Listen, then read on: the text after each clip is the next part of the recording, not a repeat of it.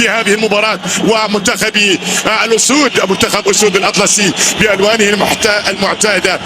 الآن لمجرشي، يتقدم السعودي للأمام ولا زال التقدم مستمر من علي مجرشي. نواف بوشل في هذا المكان الآن، والمتابعة الربع النهائي من كأس عرب مثيرة بكل ما فيها وأجمل ما فيها.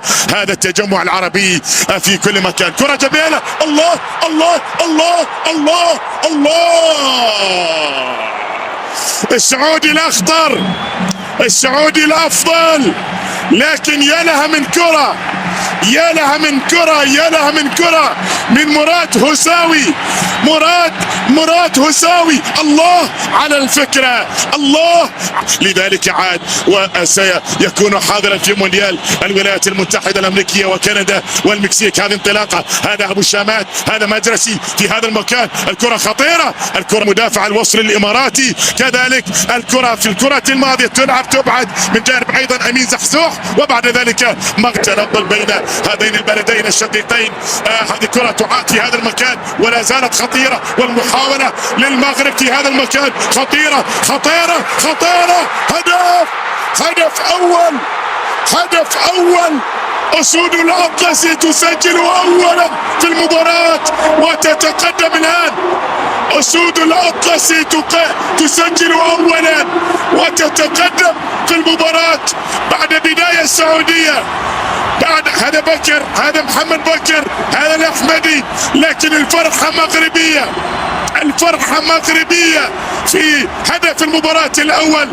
هدف مغربي جاء في الكرة الماضية، حاول وليد الأحمد إبعاد الكرة الماضية، وصلت بعد ذلك في هذا المكان، وكانت الكرة في الشباك للمنتخب المغربي. والمباراة تشتعل، المباراة تشتعل، الكرة في هذا المكان، المحاولة مستمرة. نواف بوشل، شوف يكون عندك مجرس، يكون عندك نواف بوشل في الجهة اليمنى، فهذا طبعا.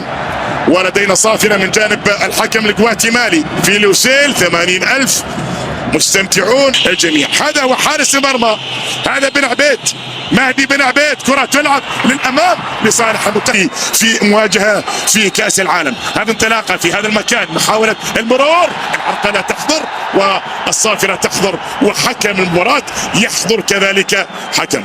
حكم شوف يحكم لك حكم بهذه المواصفات، هذه اللياقة. 20 سنة، ودائما نقول أن المغرب كرة تلعب عالية ولكنها بعيدة مرت أيضا ووصلت الآن، والسلامات أيضا. يطمئن وليد الأحمد على زميله أيضا لمراد هساوي في الكرة الماضية، حاول أن يأتي بلعبة ولكن بعد ذلك تبعد وتعود الآن. ولدينا رمية تماس، وعندك ربيع حريمات، لعيب طبعا لاعب ارتكاز على مستوى عالي.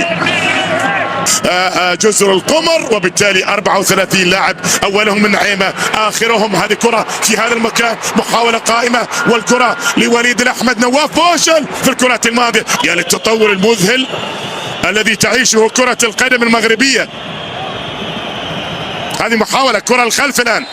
بالمناسبة على ذكر رينار، هيرفي رينار كان مدرب المنتخب المغربي عن طريق اللاعب أنس باش، ولكن يفقد كرته، تعود للمنتخب السعودي. الصافرة تحضر، الخطأ يحضر لعلي مجرشي.